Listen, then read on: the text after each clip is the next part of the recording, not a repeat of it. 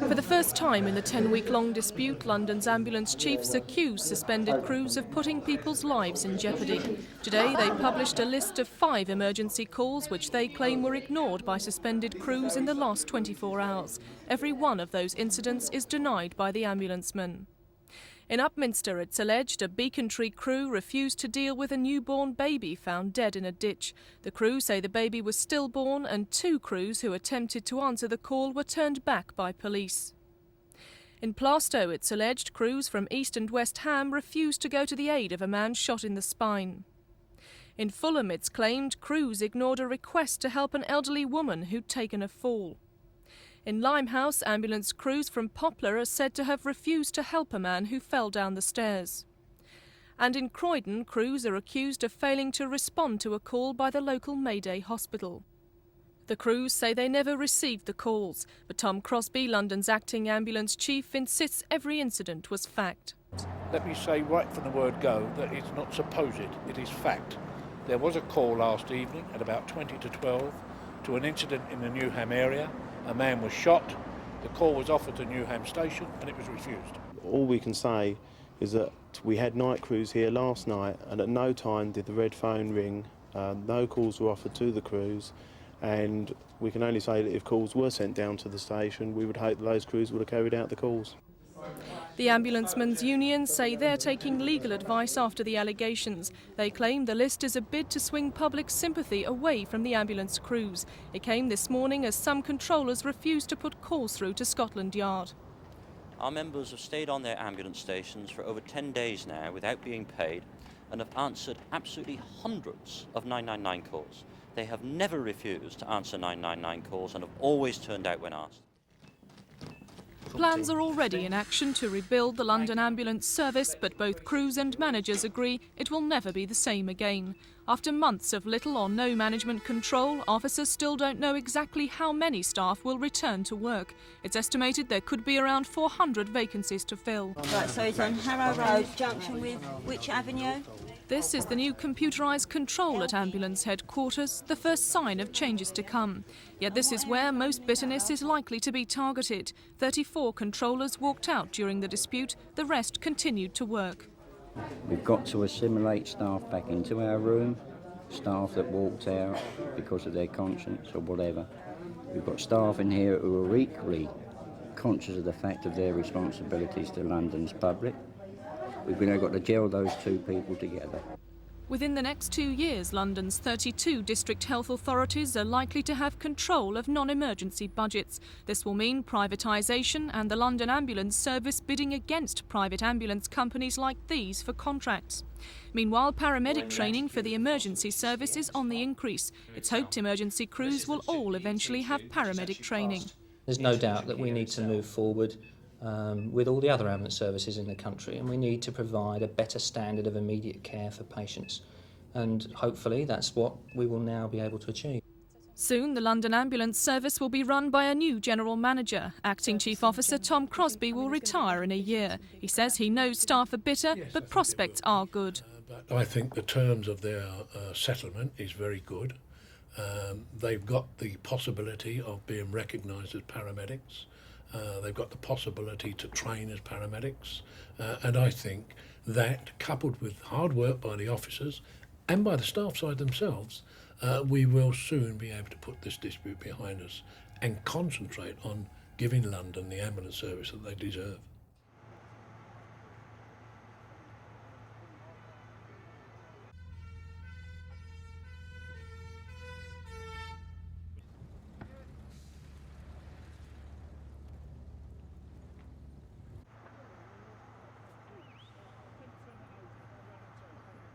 What we're saying is these are our views. We feel there is a need to improve things.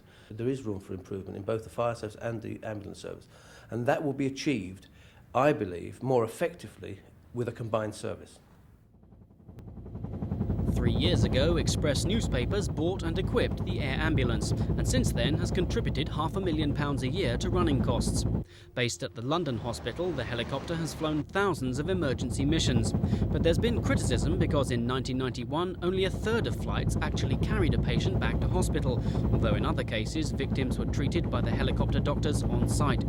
Express newspapers insist this is not the reason funding is being withdrawn. That was due to happen anyway.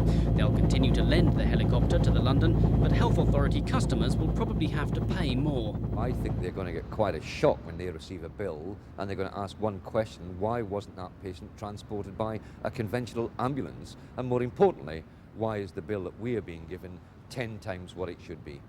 The chief executive of the London hospital was unable to say what would happen to the level of customer charges or if the government would stump up. The Department of Health was unable to comment because of the election.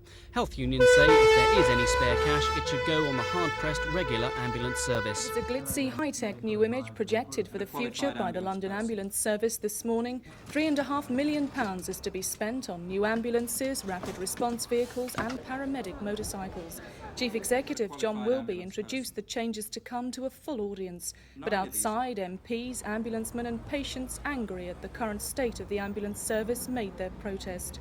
The unions are angry at the lack of consultation over the introduction of new ambulances. Separating drivers from their colleagues in the back of an ambulance, they say, is dangerous in London.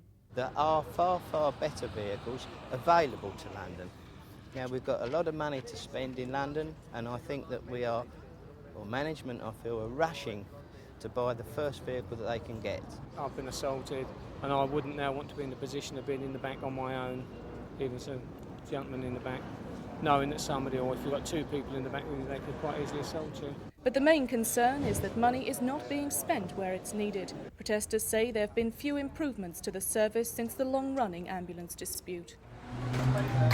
This was how London's sick and injured were being taken to hospital today, victims not only of accidents but escalating union action and get-tough management. An old lady had collapsed in the Cromwell Road, badly cutting her head.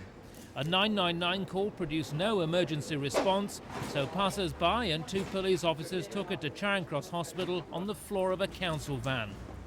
The usual emergency cover was cancelled across London this morning as crews such as these at Deptford were suspended within an hour of reporting for work.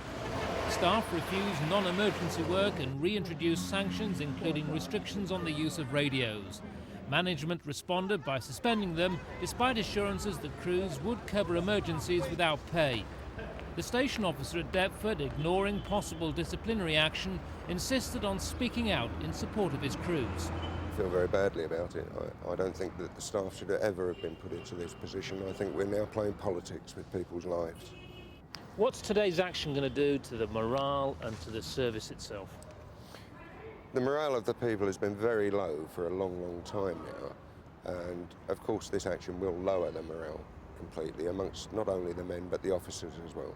We are quite clear on professional grounds and management grounds and operational grounds that you cannot provide an emergency service if you don't know where the vehicles are. And that would be the effect of not using two-way radios. With the two sides as far apart as ever, the makeshift emergency team of police, Red Cross and St John's Ambulance is clearly not enough cover for London. At Charing Cross Hospital, some people were not even bothering to wait for help, flagging down taxis instead. What do you think about having to get a taxi to bring him to hospital? Tell you what I think the ambulance men are well underpaid. Absolutely. And they deserve every penny they get. And we go around giving MPs 10%, they deserve 20%. I think I agree with him actually. Army ambulances have been under guard for some time now in preparation for their first use for civilian duty since the winter of discontent a decade ago. But experts warn that lives will still be at risk. Significantly more at risk, inevitably, if the ambulances don't get there quickly, and that's another concern obviously at the moment, and they don't have skilled ambulance men to handle the injured people carefully in a way they're trained so they don't make them worse.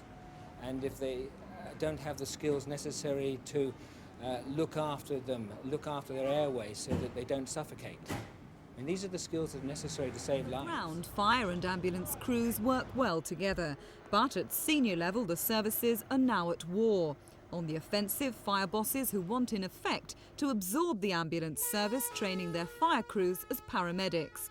The idea was first raised in April. Tomorrow it will be put forward in detail. But this morning in London, ambulance chiefs hit back.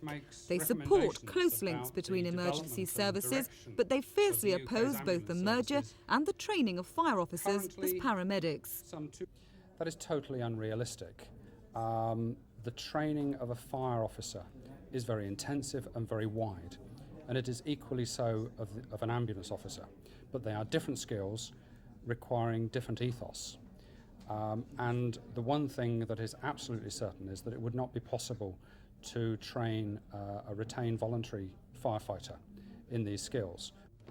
Looking to the future, ambulance bosses suggest training their crews in fire rescue. They insist it's not a shot back at the fire brigade, but ambulance and fire unions who oppose amalgamation feel caught in the middle of a big power struggle. It seems to be a tit for tat, you know. I mean, the fire chief initially said, we will steal some of your skills and train up fire staff in paramedic skills, and now suddenly the chief ambulance officer are saying exactly the same thing. I really wish the chiefs would stop fighting among themselves and actually increase and develop the morale amongst the troops. The morale in the fire service has degenerated in the last few years. Any talk of amalgamation and lowering the standards and the professionalism of both those services can only add to that lack of morale at this present point in time. By the year 2000, ambulance bosses want one paramedic at least on every crew, some on bikes and in helicopters, but not, they stress, in fire brigade uniforms. The report claims that London's ambulance service is failing to meet standard response times laid down by a Labour government in 1974. They should arrive at emergencies within 14 minutes, but it's claimed that London's average is 17 minutes. The report outlines one extreme case of a man fatally injured in an accident at Bellenden Road in Peckham, 5 minutes away from King's College Hospital. Yet it was 21 minutes before an ambulance arrived, by which time the man had died. The Ambulance Drivers Union, NUPI, say that it can take up to 35 minutes to receive a 999 call, which should be dealt with inside 7 minutes. They say the problems are caused by out-of-date equipment and restrictions on overtime while more calls are coming in. The report recommends more funds be provided, but health ministers say their spot checks showed that services were meeting laid-down standards.